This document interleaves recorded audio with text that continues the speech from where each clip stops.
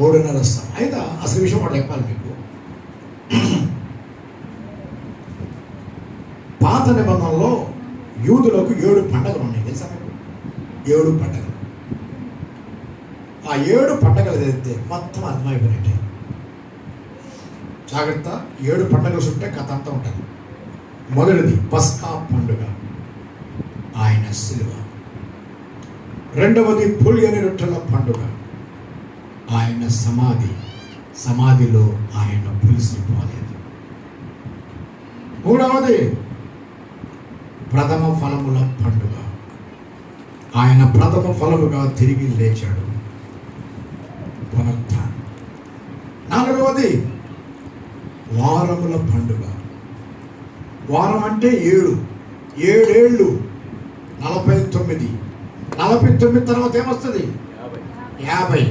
50ని గ్రీకులో ఏమంటారు? పెంటా, అంటే పెంతెకోస్తు. అంతే. అరే పెంతెకోస్తు అని ఏదో అనుకోకండి. వారాల పండుగ. ప్రథమ ఫలముల పండుగలో ప్రథమ ఫలం వస్తుంది. వారములు దాటినాక 49 రోజులకి కడవరి ఫలం వస్తుంది. అంత ఫలం వస్తుంది. అందుకనే పరిశుద్ధాత్ముని కడవరి వర్షం అంటారు. తొలకరి వర్షము క్రీస్తు అయితే కడవరి వర్షము పరిశుద్ధాత్ముడు. ఆయన ఇచ్చేది ప్రథమ ఫలము పడుతుంది. ప్రతి చెట్టుకు ప్రథమ ఫలం పండుతుంది. పిందులు వస్తాయి. పిందులు అంటే ప్రథమ ఫలం. అది పునరుత్థానం. సంపూర్ణమైన పంట ఎప్పుడు వస్తుంది?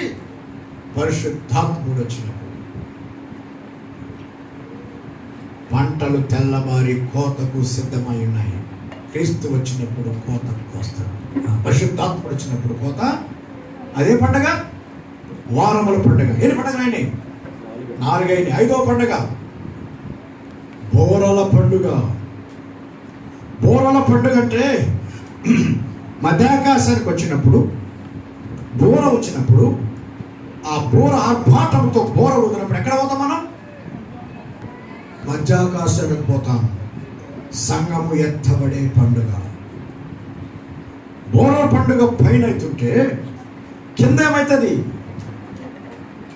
ఏమవుతుంది తెలుసా? 7 ఏళ్ల శ్రమలైతవి. 6వ పండుగ అది ప్రాయచిత్త పండుగ, దుఃఖపడే పండుగ, ఏడ్చే పండుగ.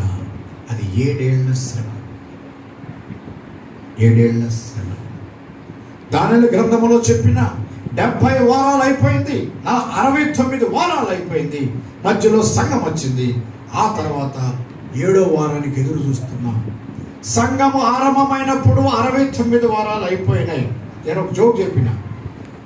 ఇశ్రాయేలుకి అన్ని లెక్కలు ఉన్నాయి. 69 అయిపోయినాక వాళ్ళ గడియారం ఆగిపోయిందంట. ఎవరి గడియారం?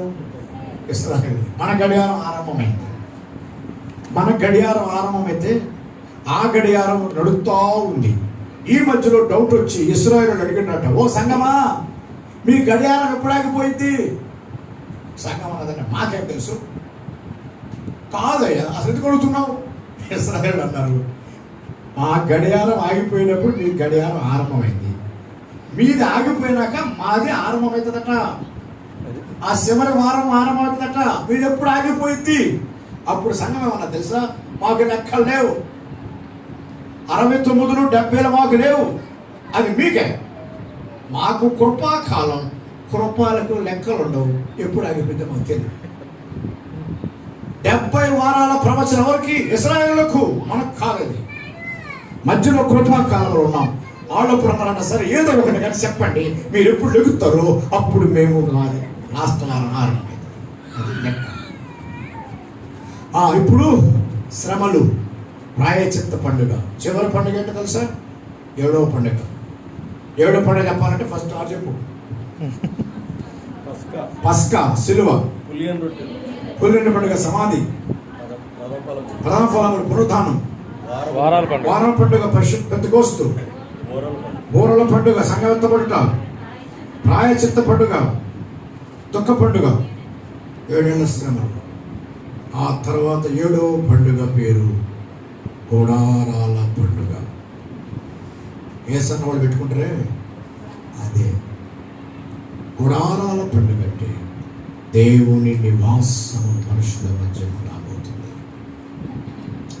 ఆ 7 ఏళ్ళు అయిపోయినాక, మనకు 7 ఏళ్ల పెండ్లి విందు అయిపోయినాక, ఆ విందు అయిపోయిన తర్వాత మనం కిందకు వస్తాం, ఆయనతో కలిసి కిందకు వస్తాం. అది 2వ రాకడ. చాలామంది ఎత్తబడి అనుకున్నారు. ఎత్తబడి అక్కడ కాదు. ఎత్తబడిన తర్వాత పైన వారికి విందు, కింద ఉన్న వారికి కుందు. చెప్పదు పాస్టర్ చెప్తాను, పైన వారికి విందు, విడబడితేవా కుందు, ఎత్తబడిపోతేవా కుందు. 6 ముద్ర కుందు. శ్రమలు, ప్రపంచమంతటికి శ్రమలు, ఇశ్రాయేలులకు శ్రమలు. ఆ శ్రమలు 3 గంటలు, ఒకటి 3:30.